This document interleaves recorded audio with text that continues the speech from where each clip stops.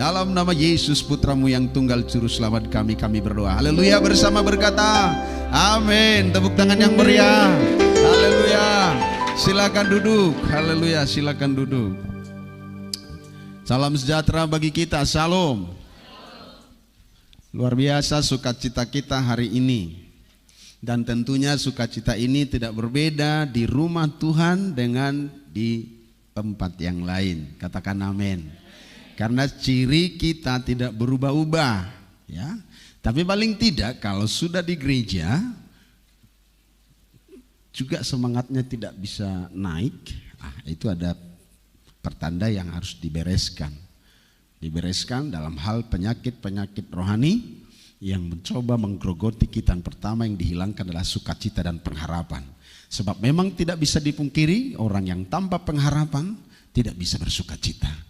Tetapi kalau orang ada dalam pengharapan akan pertolongan Tuhan, pasti tetap sukacita. Iya, jadi kalau di gereja tidak bisa bersukacita, saya kurang tahu di mana dia bisa bersukacita. Itu sebabnya kita bisa menikmati hadirat Tuhan hari ini. Haleluya. Dan tidak berubah di rumah dengan di mana saja, tetap kita bersukacita. Hari ini ada penampakan yang berbeda. Biasanya saya agak sejajar dengan tiang, ya, tapi kali ini sudah naik satu kelas dari tiang. Itu tandanya ada pertumbuhan. Haleluya, ada pertumbuhan. Saya berharap tidak mundur lagi tapi maju satu lagi, ya, maju lagi, kita rapatin lagi gitu. Bulan-bulan depan lagi kalau Tuhan kasih kesempatan, rapat lagi gitu, ya. Kita geser lagi juga mimbar ke belakang. Apa-apa, itu tandanya bertumbuh, ya. Sayang kalau sampai dimundurin dan akhirnya, dan itu bukan karya Tuhan. Karya Tuhan itu naik dari biji sesawi yang tidak nampak, yang tidak diperhitungkan orang. Tetapi pada akhirnya finalnya Tuhan berkata dia menjadi pohon yang besar. Dan banyak burung-burung makhluk lain berlindung di dalamnya. Mengecap kehidupan dari dalamnya. Itulah tanaman Tuhan. Itulah kerajaan Allah. Itulah benih yang pasti bertumbuh kalau kita hidup seturut dengan firman Tuhan. Saudara sekalian, saya sampaikan kualifikasi atau kualitas rohani jemaat. Ini bicara jemaat. Kualitas rohani jemaat itu seperti apa standar Tuhan? Ini harus poin yang saudara bawa pulang. Kualitasnya terdapat dalam Kolose 3 ayat 16. Kita lihat bersama. Kolose 3 ayat 16, saya akan cepat menyampaikan firman Tuhan. Ya, sekarang jam 9 atau setengah 10. Jadi saya nggak usah lama-lama khotbah. Yang penting dapat, ya. Lama-lama juga nggak dapat buat apa? Boros, ya. Mari kita lihat sama-sama baca Kolose 3:16, 2, 3, ya. Hendaklah perkataan Kristus diam dengan segala kekayaannya di antara kamu, sehingga kamu dengan segala hikmat mengajar dan menegur seorang akan yang lain, dan sambil menyanyikan mazmur dan puji-pujian dan nyanyian rohani kamu mengucap syukur kepada Allah di dalam hatimu.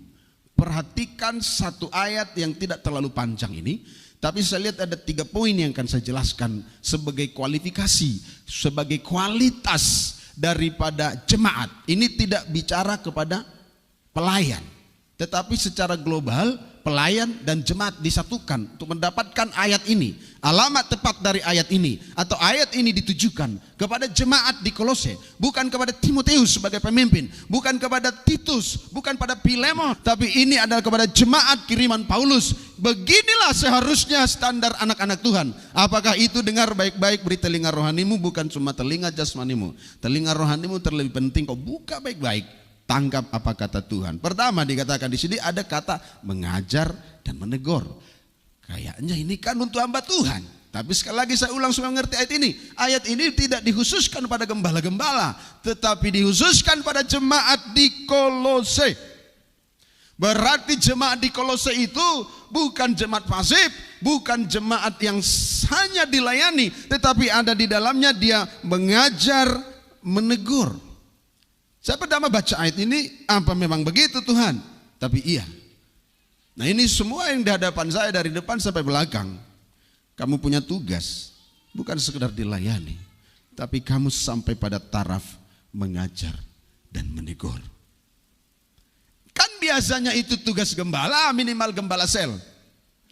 Minimal ketua komsel, ketua kul atau apa istilah yang kita pakai di gereja. Tapi ini kepada jemaat secara menyeluruh, bahwa memang ada tugas kita sampai kepada taraf mengajar dan menegur, dan itu kualitas. Tidak mungkin orang yang nggak tahu apa-apa, yang simpatisan kelas bawah, lalu bisa menegur dan mengajar. Dari mana ceritanya? Tetapi itulah Tuhan taruhkan hari ini bagi kita. Yang pertama, saudara sekalian, hidup setiap jemaat Tuhan, dia disebut dipenuhi dengan perkataan Kristus. Ini dasarnya. Dipenuhi oleh perkataan Kristus, itu bagian pertama. Hendaklah perkataan Kristus diam dengan segala kekayaannya di antara kamu. Yang harus ada pada saya dan saudara, tidak melihat batasan-batasan kelas sebagai pelayan, sebagai gembala, sebagai pelayan altar, senior, junior, tidak. Tetapi ini secara global, saudara dan saya sebagai tubuh Kristus disebut perkataan Kristus diam dengan segala kekayaannya dalam hidup kita. Berarti kata-kata yang keluar dari mulut kita adalah perkataan-perkataan yang setara dengan nilai-nilai perkataan Kristus. Tidak ada kata sumbang di sana. Tidak ada kata kotor. Tidak ada kata-kata yang tidak kudus. Tidak ada kata-kata yang sembrono. Tidak ada kata-kata yang tanpa sasaran. Inilah kualitas jemaat. Saya tidak bicara pendeta di sini. Kualitas jemaat. Semua berkata kualitas jemaat. Lebih spesifik, kualitasku. Kalau makin kecil. Kualitasku. Diam segala kekayaan perkataan Kristus di dalam aku. Dari situ nanti dasarnya kita mampu menegur dan mengajar. Karena kekayaan perkataan Kristus, haleluya, ada di dalam perbendaharaan kita. Saya rindu ini ada pada jemaat. Baik di sini, di jemaat kami, di mana saya melayani. Saya rindu kualitas jemaat itu bukan manja. Tahu akhir-akhir dari manja? Kalau manja itu, saya singkat ya, manja. Apa itu manja? Mantan jemaat. Ini kalau manja-manja bentar kalian mantan jemaat. Boleh mantan jemaat di sini? Atau memang mantan jemaat Kristus? Sudah pindah agama. Pindah kayak gitu. Itu jangan manja. Amin. Manja itu apa? Dilayani. Diperhatiin. Diurusin.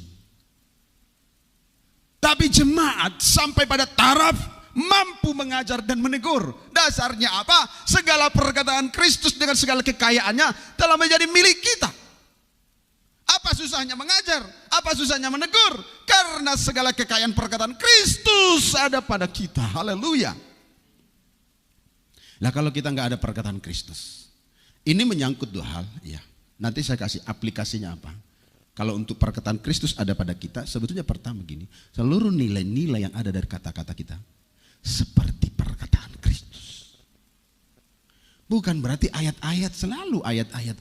Iya, itu juga iya. Tetapi bukan persis baku ayat-ayat yang dimaksud.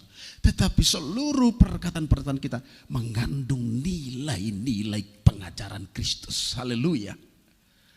Ini yang membuat kita kualitasnya bukan lagi kualitas abal-abal, tapi kualitas hamba Tuhan. Hamba Tuhan adalah sejenis buatan tangan manusia. Kamu pendeta, kamu wakil, kamu koordinator ini. Tapi secara esensinya kita inilah hamba bagi Tuhan yang segala perkataan Kristus dengan segala kekayaannya melimpah ruah dari kehidupan kita. Jadi setiap jemaat harus memiliki kekayaan perkataan-perkataan Kristus. Tahu iman kita juga dari perkataan Kristus? Amin saudara. Roma 10:17 berkata apa? Hendaklah. Jadi iman timbul dari pendengaran. Pendengaran akan apa? Jadi kalau pendengaran akan firman atau perkataan Kristus itu melimpah ruah dalam hidup kita. Bayangkan iman kita bukan iman kaleng-kaleng, kata Pak Iskandar Dakshi. Nggak ada iman yang lembek-lembek, nggak ada iman KW. Karena segala perkataan Kristus melimpah ruah dalam hidup kita, sedang perkataan Kristus itulah menimbulkan iman, dan iman inilah yang menjadikan kita kualitas rohani yang tinggi. Kenapa? Karena kita sudah diliputi oleh perkataan Kristus. Jadi firman Kristus mendominasi seluruh kehidupan kita. Marah kita pun marah dalam firman Kristus. Kalau harus marah, kan kita nggak harus marah. Kan nggak boleh tidak marah. Maksudnya tidak ada larangan untuk marah. Ada garanti-garanti itu. Marah yang tidak berdosa, ya. Dan kalau marah, jangan sampai berdosa. Kalau marah, jangan sampai matahari terbenam. Amarahmu belum ada aturannya. Dan terakhir, kalau saking parahnya, Paulus berkata, kalau kamu harus saling menggigit, ya, jangan sampai saling membinasakan. Ada memang kadang-kadang percekcokan, tapi percekcokan yang tidak bawa dosa, percekcokan yang terkontrol oleh perkataan-perkataan Kristus yang sifatnya membangun, menegur, dan selalu memberikan dampak pertumbuhan rohani bagi kita semuanya. Amin, saudara. Jadi perkataan Kristus. Buat apa perkataan Kristus melimpah dalam diri kita? Sekali lagi, buat mengajar dan menegur. Coba lihat dirimu. Siapa kamu? Kamu pikir aku kecil? Bagaimana aku bisa mengajar? Aku tak tahu apa-apa. Karena kamu belum kaya dalam perkataan Kristus. Kalau kaya dalam perkataan Kristus, gak usah kau rencanakan menegur atau mengajar orang. Dari dirinya meluap.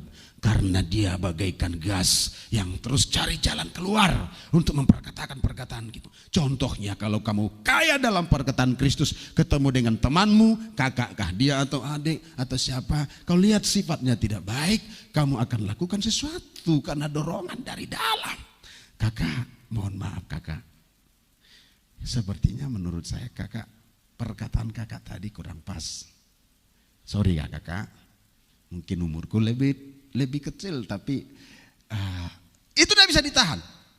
Sama kami pendeta pun, kalau kami banyak kata-kata Kristus di dalam hidup kami, nggak mungkin kami diam terhadap rekan kami pendeta yang mungkin ada kesalahan dalam melakukan sesuatu. Kita pasti ngomong, mengajar dan menegur. Ini kelasnya jemaat, tapi kok sampai mengajar dan menegur? Memang iya, itu. Tidak ada rohaniawan dalam hal ini, tidak ada jemaat awam. Dalam hal ini, jemaat yang disebut jemaat Kolose mengajar dan menegur. Ada yang berkata itu bukan tugas saya. Hari ini saya pastikan itu tugasmu, kata Tuhan. Jemaat di Kolose harus saling mengajar dan menegur. Ini bukan peteng-tengan, bukan juga mengacaukan, bukan. Tapi memang standarnya iya. Nggak akan bisa kita diam kalau kita melihat penyelewengan dari kebenaran. Walau kita di sini bukan arogan. Kenapa? Karena perkataan Kristus itu menguasai kita. Dia beri hikmat bagi kita. Bukankah perkataan Kristus itu adalah segala hikmat? Bukankah dia akan ajari kita bagaimana menyampaikan sesuatu? Jangan diam. Lakukan sesuatu untuk kita bersama. Kita saudara di dalam Tuhan. Jadi saling. Karena dikatakan mengajar dan menegur di antara kamu berarti saling. Tidak ada yang lebih tinggi di antara jemaat, tetap sama. Kalau memang perlu pasti harus diajar. Efesus 5 ayat 19 berkata begini. Efesus 5 ayat 11. Dan berkata-katalah seorang kepada yang lain dalam apa? Mazmur, kidung puji-pujian dan nyanyian rohani. Bernyanyilah dan bersoraklah bagi Tuhan dengan segenap hati. Lihat jemaat di Efesus. Tadi kalau jemaat Efesus, Tuhan berkata lewat Paulus, berkatalah seorang kepada yang lain dalam mazmur, dalam kidung pujian, dalam nyanyian rohani. Bisa ditafsir ayat ini bagaimana? Apakah maksudnya ini Pak Pendeta kalau saya berkata-kata dengan teman saya dalam mazmur? Mazmur kan? Jadi kita ngomong sama si adik ini. Adik gitu. Dari mana kamu tadi? Kan kayak gitu bermazmur kan? Allahku, Bapakku. Maksudnya di sini mazmur adalah pujian bagi Tuhan, lalu kidung pujian, lalu nyanyian rohani, Lalu kita berkata-kata dalam versi itu, mungkin bukan nadanya, mungkin bukan ligato-ligatonya, tetapi nilai-nilai dari perkataan kita adalah kemuliaan bagi Tuhan. Jadi berkata-kata satu dengan yang lain yang sifatnya membangun, baik itu dalam menegur, baik itu di dalam mengajar. Mana aminnya saudara? Jadi mulut orang benar, kualitas jemaat yang benar dibatasi, seluruh perkataannya adalah dalam mazmur, kidung, puji-pujian, dan nyanyian rohani yang diliputi oleh perkataan Kristus. Wah, luar biasa kan? Jadi bayangkan kalau kita semua begitu, luar biasa. Pulang-pulang dari sini menyebar ke tempat mana-mana, selalu membawa dampak positif. Kata-katanya terjaga, kata-katanya nggak ada terlanjur. Semua terjaga karena dalam hikmat perkataan Kristus. Itu yang pertama, saudara. Ingat, letak kekuatan kita dalam berjemaat adalah kepedulian satu dengan yang lain. Jadi kalau saudara tidak merasa satu keluarga di sini, itu kelemahan kita. Letak kekuatan jemaat mula-mula adalah kepedulian satu dengan yang lain, dan itu yang harus dibangun di akhir zaman ini. Maka disitulah kita ada berani menegur atau ada kemauan, keterbebanan untuk mengajar, karena kita bersama, kita satu di dalam Tuhan. Letak kekuatan berjemaat itu adalah saling terikat. Memang ada manajemen gereja lewat kelompok-kelompok sel, tapi kita satu dan harus mampu menjadi berkat bagi sesama kita, saudara. Jadi saling menegur dan mengajar adalah tugas kita. Jangan tunggu hanya Pak Gembala saja atau orang ditugasi untuk mengajar dan menegur. Mengajar mungkin formil adalah yang ditugasi oleh gembala, tetapi non formil yang keseharian kita dalam nada apapun kita mengajar orang lain. Mengajar bukan harus ada pakai buku. Ayo saya mau mengajar kamu, ini tugas dari kau Bapak Pendeta Pandiangan tadi. Sini kau, ini bukunya, duduk. Saya mau mengajar. Bukan begitu, tapi nilai-nilai pengajaran. Ada guru, ada murid, ada yang diterangkan, ada yang dimengerti, ada yang dipahami, ada yang disimpulkan, ada kebenaran dari setiap perkataan-perkataan kita. Walaupun tidak formil dalam kelas, tetapi kita mengajar dan menegur untuk membangun tubuh Kristus. Haleluya. Baik saudaraku, itu yang pertama. Jadi pulang kamu ingat, aku harus mengajar dan menegur karena sudah dilimpahi dengan perkataan Kristus. Jaga perkataanmu, isi hatimu. Tindakan nyata untuk poin pertama ini apa? Pertama, disiplin membaca Alkitab setiap hari. Bagaimana perkataan Kristus di dalam hati kita? Kita nggak membaca Alkitab. Disiplin baca ayat. Bukan satu ayat satu hari. Satu pasal itu adalah standar tutor paling rendah bagi kita. Oke lah, satu pasal. Lebih dari situ saudara harus mengunyah, melahap yang lain. Ayat-ayat mana. Tapi kalau ada anjuran hanya satu pasal, itu adalah tutornya. Itu ada standarnya, itu latihannya. Tapi harus rakus kepada firman. Rakus baca ayat. Karena itulah nanti akan bertumbuh berlimpah-limpah dalam hidup kita perkataan Kristus. Tindakan kedua dari poin pertama ini apa? Perkatakan firman itu siang dan malam. Saya tidak buka ayatnya. Tapi teruslah perkatakan. Walau tidak formil ayatnya, koma-komanya, titiknya enggak, tapi nilai perkataan itu perkataan-perkataan firman.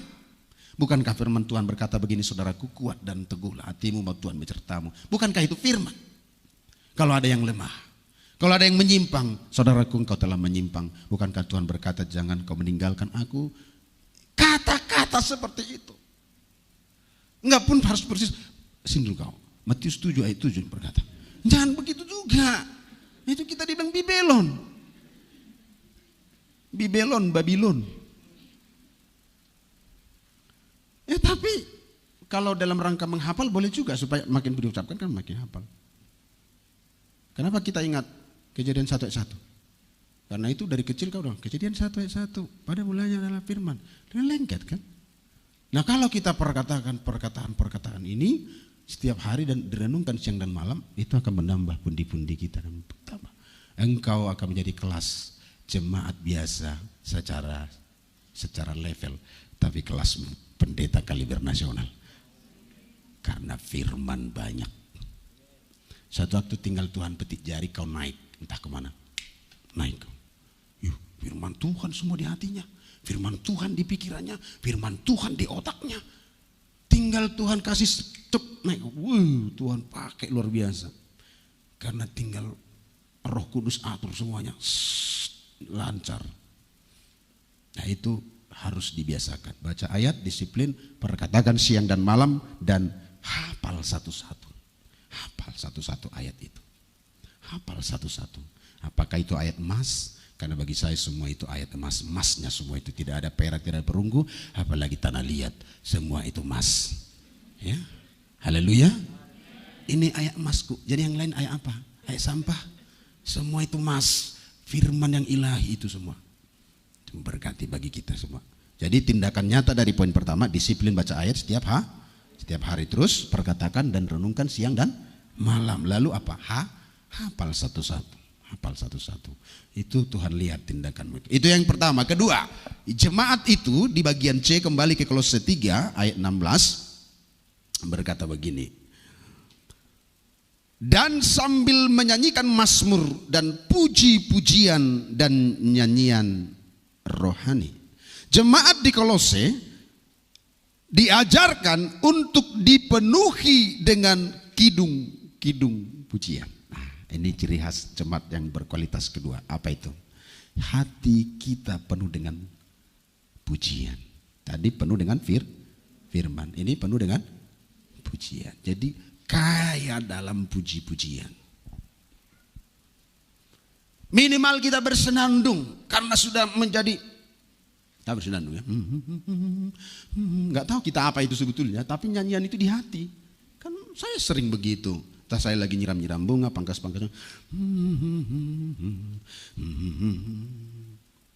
Nanti akan banyak lagu-lagu baru di dalam hati kita. Yang kalau Tuhan kasih kesempatan membuatkannya menjadi nada, menjadi pujian. Saudara boleh jadikan itu menjadi pujian, boleh memberkati orang lain. Tapi memang kaya di dalam pujian dalam hati kita. Di motor, di mobil, di mana, lagi nyupir. Tahu nyupir macam nyuci piring?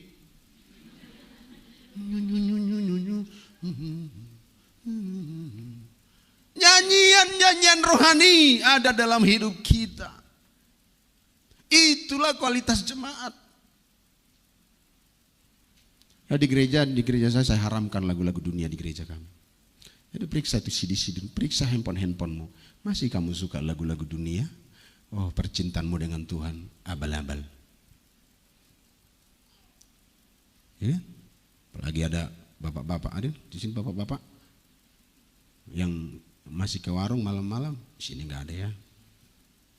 Ini warung-warung rohani di sini semua. Kalau dapur 12 itu sekali-sekali jalan ke tempat kami ya. Kami ada di pelosok sana. Itu berjajar itu. Selamat datang Sungai Pelunggut tuh. Gapura pertama. Yang mau ke Seroja juga. Setiap jalan itu Lapo Tuak. Jadi dapur 12 itu sebetulnya seborong-borongnya Batam. Karena di situ ada daging anjing pakai kol, di situ ada semua. Lapo Tuak di situ semua. Malam-malam nyanyi. Pergumulan kami dan terus kami doakan. Berkali-kali juga kami doa keliling, ya. Mendoakan terus dari mobil kita doakan terus. Kita memang berantem dengan mereka secara roh. Ya, kita bilang dalam nama Yesus gulung tikar semua. Dalam nama Yesus gulung tikar. Padahal dia jemaat juga. Dia minta tolong sama pendetanya, Amang, doakanlah warung kami sepi katanya. Sepi warung kami Amang katanya. Tapi saya dengan pasukan saya, dalam nama Yesus gulung tikar. Jadi nggak tahu Tuhan memihak kepada siapa. Iya kan? Tapi itu tugas kami. Doa pelindung keliling terus dari gang-gang terus kita doakan. Saudara, orang percaya bersihkan. Memang ada lagu-lagu dunia, jangan terlalu apa kali ya. Ada lagu yang bukan lagu gereja, tapi juga bukan lagu yang tidak mempermuliakan Tuhan. Ada juga seperti lagu-lagu yang biasa-biasa, gitu ya. Nanti lagu kita jadi lagu apa Indonesia Raya pun nanti nggak bisa lagi Pak. Kami nggak bisa lagi Pak. Kenapa Pak? Ya ini bukan lagu gereja, bukan begitu saya. Nanti saya ditangkap Pak, saya diadukan saya nanti. Bukan itu pengajaran saya. Tapi memang hati kita adalah puji-pujian bagi Tuhan. Maka kalau itu sudah bertengger di hati kita, ibarat saudara kalau jalan nanti gini, tiba-tiba kan santai gitu. Pada ada lembah gini, gitu kan, terus ada keluar kata-kata apa yang biasa keluar? Kalau puji-pujian di dalam hatimu, engkau akan berkata gini, God is good. Karena itu lagunya kan. Lalu jatuh lagi, all the time. Ada loh yang memang hancur dalam hatinya, bilang apa gini, Bapaknya Mam. Karena memang itu perbendaharaan hatinya. Ada lagi yang lebih parah dari situ. Kalau mama-mama di Tapanuli, nggak usah saya bilang, nggak pas. Dibilang yang nggak perlu dibilang dan memang yang nggak boleh dibilang. Dibilang itu, kayak itu di hatinya. Jadi orang-orang benar terisi dengan puji-pujian dalam hidup. Mazmur, kidung pujian, nyanyian rohani. Bukan cuma di altar ini, bukan cuma di gereja, di rumah, di mana saja. Sesuai situasi. Kadang-kadang kalau agak sedih hati kita, kita cari lagu yang menghibur hati kita, meneteskan air mata. Jangan lagi lagu-lagu dunia, katakan amin. Bersihkan itu, bersihkan kalau mau dengan Tuhan sungguh-sungguh. TikTokan lagi, wah. Saya kalau lihat postingan orang TikTokan, baik kalau kita kasih singer dia diam. Tapi kalau di kamar dia TikTokan. Tapi di sini, ayo kamu udah bisa singer. Oh jangan om, gak bisa om. Tapi TikTok mah om, jangan gitu. TikToknya itu loh, saya lihat diajar di mana ya? Kok taruh di sini 5 orang TikTok, gaya TikTokan nggak gitu? Ada yang ngantuk gak? Enggak akan ada. Tapi ya itulah pengaruh fenomena ini, diikuti semuanya. Ada bapak-bapak yang nyanyi di warung tua, nyanyinya lagi nyanyi. Udah anaknya 5, tapi masih merindukan perempuan lain dalam lagu itu ya. Maria, di dia ho itu. Dia bilang wajah udah lebih parah dari saya. Janggut tak terurus, kumis tak dicukur, istri di rumah, anak 5. Kok masih nyanyi Maria di dia ho? Dan itu bukan kualitas jemaat. Bukan itu kita. Di dalam hati anak Tuhan, katakan firman Tuhan ini tadi, menyanyi, nyanyian mazmur, puji-pujian, dan nyanyian rohani. Mazmur. Itulah hari-hari kita. Itulah menit demi menit kita. Itulah detik demi detik kita. Dan itu pasti ada perjuangan. Kamu yang suka lagu-lagu dunia, masuk di kamar santai putar-putar lagu dunia, tahu nggak? Dia dirusak hidupmu. Ya, terus itu akan membuntuti hidupmu. Putarlah lagu-lagu rohani, buka CD-CD rohani, dan teruslah itu sampai kau tertidur. Mulai dari kau belum tidur sampai tertidur. Buat nyanyian rohani yang berputar ulang sampai besok pagi kau terbangun. Bahkan dalam mimpimu pun itulah yang menyelimutimu. Coba kalau lagunya, tak kusangka kau berbuat begitu. Iyalah ya, memang. Anda kupikir sungguh di mana. Oke, amin. Tindakan nyatanya apa? Beli CD rohani. Ya, bersihkan CD-CD yang di rumah. Beli buku-buku nyanyian. Ya. Bila penting lebih ekstrim, beli gitar. Nyanyi-nyanyi, belajar pelan-pelan. Menyembah pribadi. Itulah kualitas anak-anak Tuhan. Bernyanyilah setiap hari untuk Tuhan.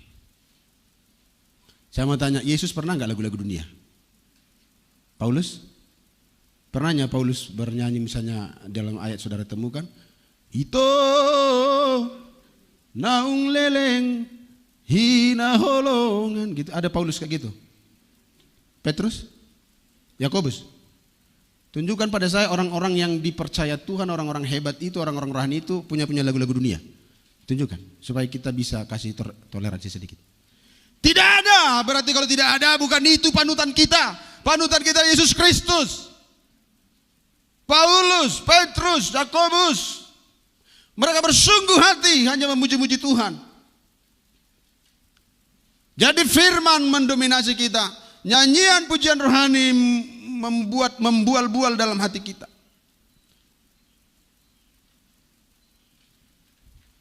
Saudara, saya sudah sampaikan. Sebelum saudara mengerti, saudara belum berdosa dengan itu. Tapi setelah saya sampaikan, ingat itu juga semua. Nanti kau ulang-ulang di rumah, kau berdosa karena kau udah dengar. Karena kau sudah dengar pengajaran ini. Ternyata Tuhan merindukan hatimu, ingin memegang hatimu. Jangan kau kasih kepada yang lain. Yang ketiga dan yang terakhir, hidup yang dipenuhi dengan rasa syukur. Masih dalam ayat yang sama, kita lihat. Di bagian terakhir ayat ini berkata begini, ayat 16 tadi. Kamu mengucap syukur di dalam hati. Saya baca komplitnya. Hendaklah perkataan Kristus diam dengan segala kekayaannya di antara kamu. Itu yang pertama. Sehingga kamu dengan segala hikmat mengajar dan menegur seorang dengan yang lain. Sudah. Dan sambil menyanyikan mazmur, puji-pujian dan nyanyian rohani. Itu yang kedua. Dan yang terakhir, kamu mengucap syukur dalam segala hal dalam hatimu. Kualitas ketiga yang terakhir bagi kita pada hari ini adalah bersyukur. Budaya bersyukur. Itulah kualitas anak Tuhan. Banyak hal yang gak pas dalam hidup ini. Banyak hal yang gak pas menurut hati kita.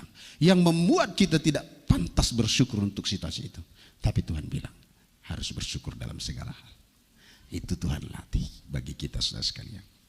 Kita memiliki rasa syukur yang terpatri dalam hati. Tahu terpatri? Sudah terdoktrin. Sudah tergembok. Sudah, itulah. Sudah terpola. Hati kita penuh dengan ucapan syukur. Mudah bersyukur. Dalam segala hal bersyukur. Dikit-dikit bersyukur. Ya. Bukan dikit-dikit menggerutu. Dikit-dikit marah. Dikit-dikit gak pas. Bukan itu kualitas anak Tuhan. Kualitas jemaat yang dimaksudkan di sini. Dikit-dikit bersyukur. Caranya bagaimana Pak? Saya mulai dari yang paling kecil. Kalau kamu bisa hari ini beribadah di sini, itu kebaikan Tuhan atasmu.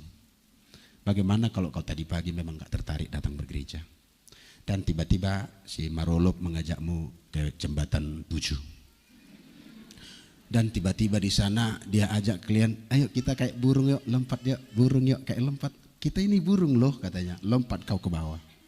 Dan kau memang bukan burung, kau manusia. Dan selesailah umurmu di situ.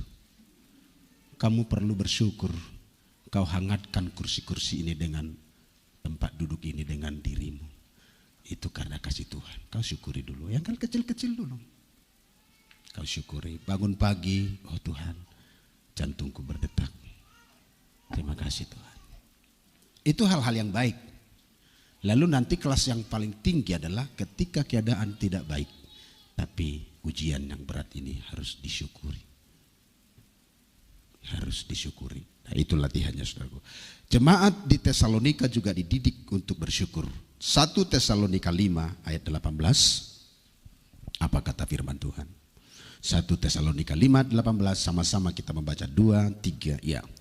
Mengucap syukurlah dalam segala hal, sebab itulah yang dikehendaki Allah di dalam Kristus Yesus bagi kamu. Dalam segala atau dalam hal keberuntungan kah? Kalau beruntung bersyukur? Iya. Kalau rugi bersyukur? Bersyukur dong. Karena apa? Karena dalam segala hal mesti bersyukur.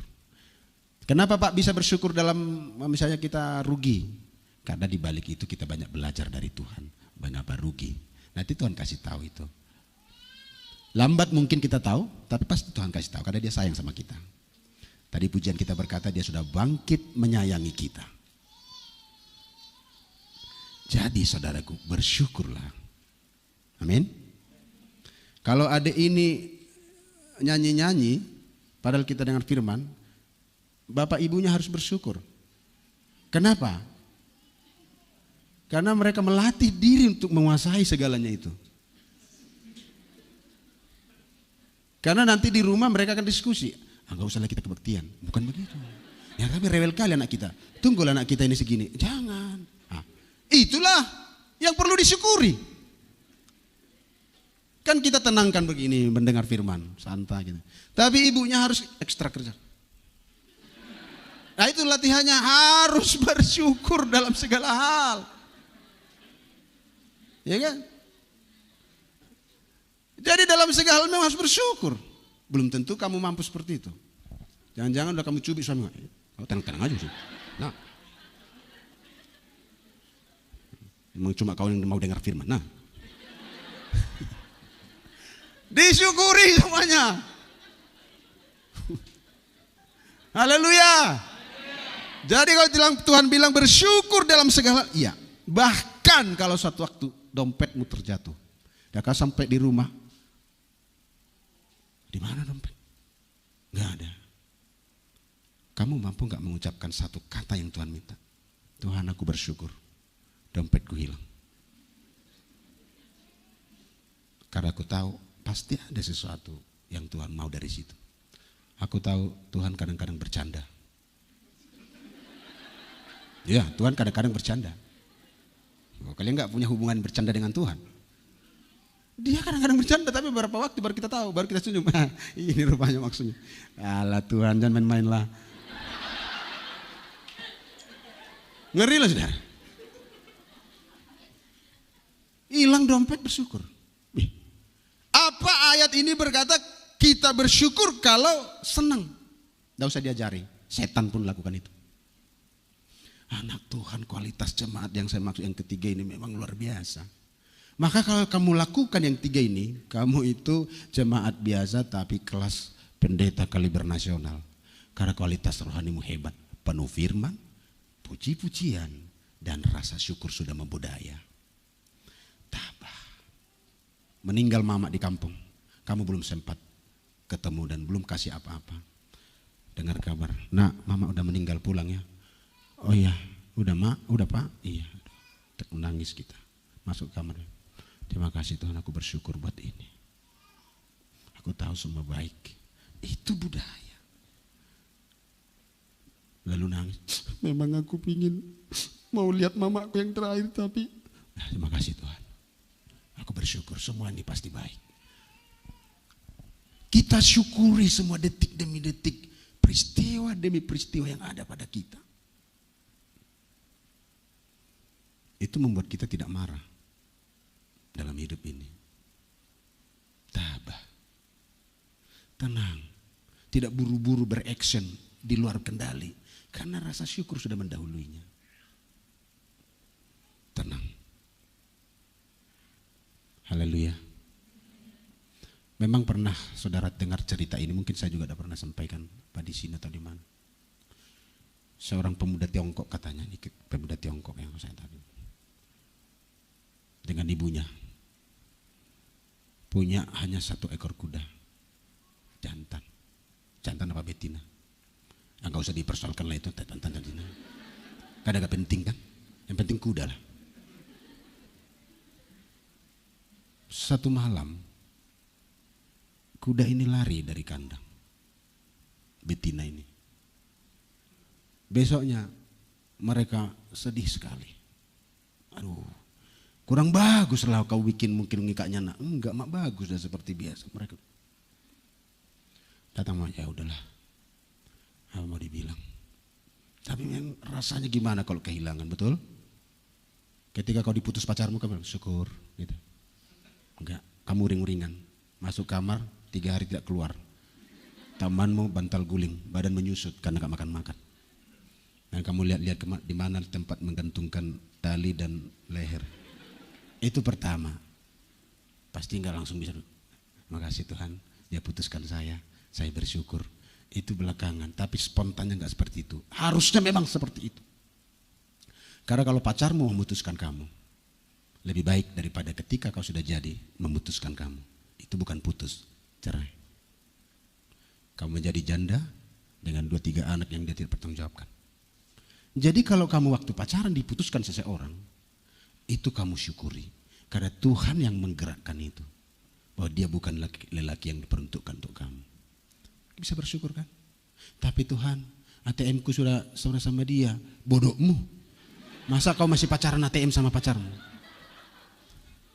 Belajarlah dari situ, syukuri juga. Bikinlah ATM yang baru, blokirlah itu. Mulailah hidupmu dengan yang baru.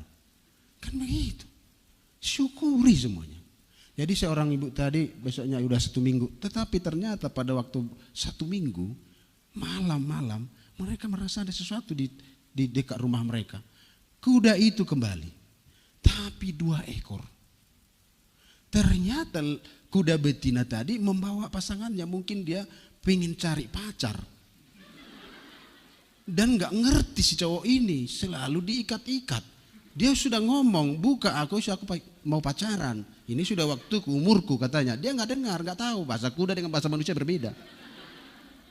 Dia lari. Dia menggerutu lari. Dan akhirnya datang. Waduh, ibunya waduh nak, untung kuda kita hilang. Untung kuda kita hilang. Kenapa mak? Sudah jadi 2. Wah, senangnya minta ampun. Mereka senang, si anak mencoba menjinakkan kuda ini. Ya kan, jantan dari liar. Dia coba ikat, dia coba ini. Akhirnya waktu dia mengajar untuk menjinakkan, dia terlempar, terjatuh, patah kakinya. Mana untung tadi? Sial jadinya, anak jadi patah kaki. Akhirnya kakak memang patah betul. Jadi nggak bisa lagi berjalan normal. Apa yang terjadi? Ibunya kembali menggerutu. Tuhan, gimana ini? Baru saya bersyukur sudah begini. Menyerang lagi. Nah tiba-tiba komunis datang. Semua anak laki-laki di kampung itu diangkut semua untuk berperang. Dan ketika masuk ke rumahnya, Bu, buka, mana anaknya? Ini Bu, ayo. Waktu dia aja beri, enggak usah kau ikut. Pincang. Tinggal anak satu-satu di kampung itu yang pincang tadi yang tidak mati. Karena semua yang diangkut itu berperang dan mati. Tidak ada yang kembali. Dia tetap, ibunya berkata, Tuhan terima kasih untuk anakku yang pincang. Karena tidak ikut berperang dan mati. Kenapa Tuhan ajar kita tetap bersyukur? Karena segala sesuatunya pasti mendatangkan kebaikan. Cuma lambat dipahami. Coba anak itu tidak pincang, dia sudah selesai. Karena semua orang yang dibawa berperang dari kampung itu mati. Itu cerita di Tiongkok. Cerita di kita masing-masing pasti ada. Tuhan mendandani kita. Dalam segala perkara dia hadir mendatangkan kebaikan bagi kita. Oleh sebab itu, mulailah dari hal kecil bersyukur. Ya, amin saudara. Pagi hari bangun, bersyukur. Nafas yang kita tarik, bersyukur. Apalagi saudara. Kalau untuk keluarga, syukur. Ingat anak-anakmu, ingat suamimu, ingat semua, ingat mama, disyukuri.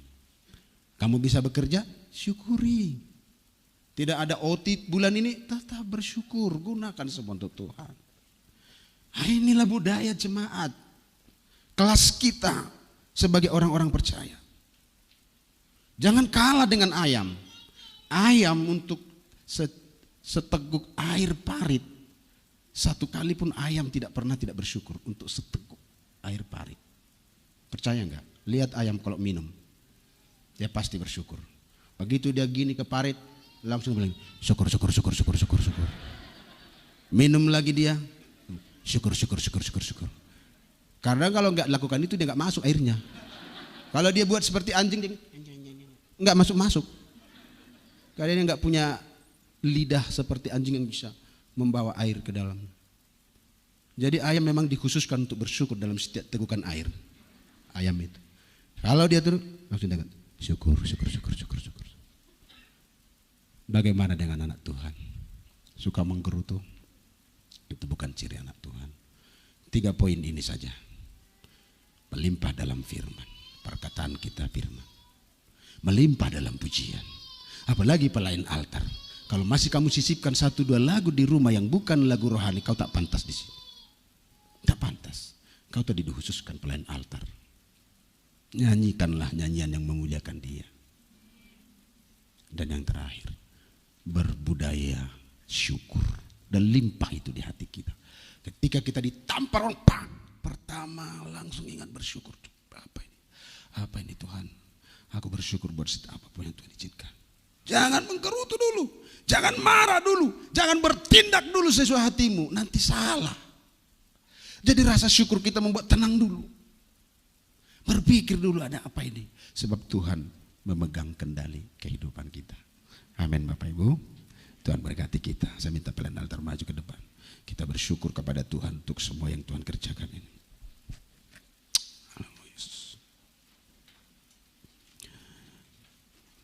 Kita serahkan hidup kita sepenuhnya kepada Tuhan. Di altarnya kita sembah Dia. Satu lagu, kau ambil alih seluruh hidupku. Memang hidup kita harus diambil alih.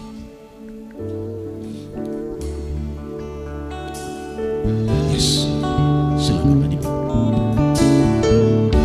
Kita serahkan hidup kita, ambil alih. Oh, haleluya. Inilah jemaat yang Tuhan mau.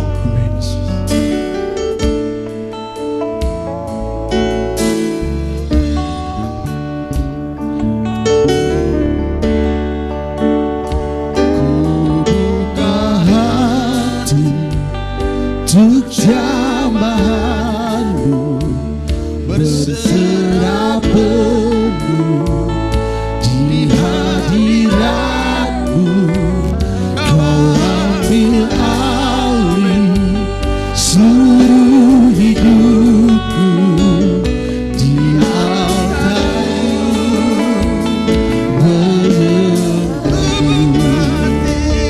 Ku buka untuk jambahanmu berserah penuh di hadiratmu. Kau ambil alih seluruh hidupku di altarmu. Rohmu ya Tuhan, Tuhan berkati kami semuanya. Biar Tuhan penuhi hati kita dengan roh yang mengalir ke seluruh hidup kita. Amin ya Bapa. Tenanglah jiwa kita bersama Tuhan kita di dalam Tuhan. Mari makin berdiri, kubuka hati, kubuka hati untuk jambahanmu berserah penuh di hadiratmu. Kau ambil alih seluruh hidupku di altarmu.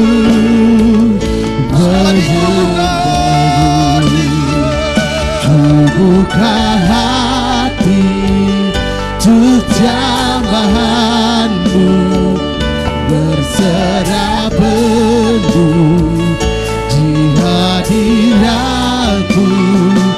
Kau ambil alih seluruh hidup kami Tuhan.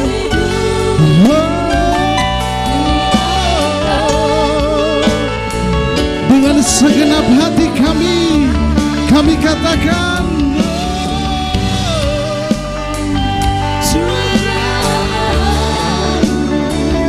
berserah penuh di hadiratku. Kau ambil alih seluruh hidupku di altarmu.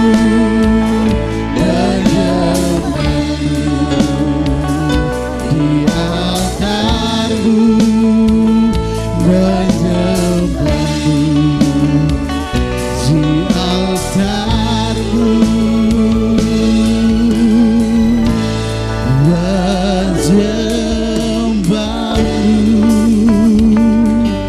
haleluya, haleluya.